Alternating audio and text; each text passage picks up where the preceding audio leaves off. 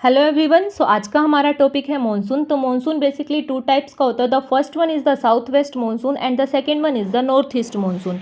Okay, तो monsoon होता क्या है? मॉनसून हमारी पीरियोडिकल विंड्स या फिर सीजनल विंड्स होती हैं जो कि सीज़न के चेंज होने के साथ साथ अपने डायरेक्शन को रिवर्स कर देती हैं। ठीक है, अगर हम बात करें साउथ वेस्ट मॉनसून की, तो साउथ वेस्ट मॉनसून हमारा साउथ वेस्ट डायरेक्शन से इंडिया की कोस्ट पे एंटर करता है और वहाँ पे हैवी रेनफॉल करवाता है।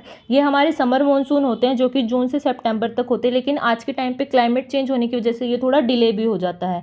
एंड ये हमारी ऑनशोर डायरेक्शन से आते हैं, मीन्स सी टू लैंड, जिसकी वजह से जो हमारी विंड होती हैं वो ह्यूमिड होती हैं। ओके, अगर हम बात करें हमारे नॉर्थ ईस्ट मानसून की, तो नॉर्थ ईस्ट जो कि नॉर्थ ईस्ट डायरेक्शन से इंडिया में एंटर करते हैं और ये हमारे विंटर मानसून होते हैं और रिट्रीटिंग मानसून भी बोल सकते हैं।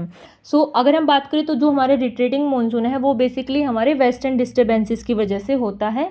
अगर हम इसकी डायरेक्शन की बात करें तो डायरेक्शन इसकी होती है लैंड टू सी में। अगर लैंड टू सी होने की वजह से जो हमारी विंड है वो ड्राई होती हैं। ठीक है, एंड इसमें जो हमारा कंट्रीब्यूशन है वो बे ऑफ बंगाल का होता है एंड साउथ वेस्ट में अरेबियन सी का होता है। इसमें नॉर्थ ईस्ट मानसून में हमारे तमिलनाडु के कोरोमंडल कोस्ट पर बारिश होती है। ठीक है, अगर हम बात करें मेघालय में जो हमारी हिल्स हैं गारो खासी जानती, जब वहाँ पे ही हमारी विंड है वो स्टक हो जाती हैं तो एक फ्यूलिंग इफेक्ट वहाँ पे क्रिएट होता है, जिसकी वजह से वहाँ पे सबसे ज़्यादा बारिश होती है, जैसे कि हमारे मौसिनराम विलेज में इन मेघालय। ओके, अगर हम इनके डिफरेंसेस की बात करें तो साउथ वेस्ट डायरेक्शंस में हमारे होते हैं south west monsoon and north east direction में से आते हैं हमारे नॉर्थ ईस्ट मानसून।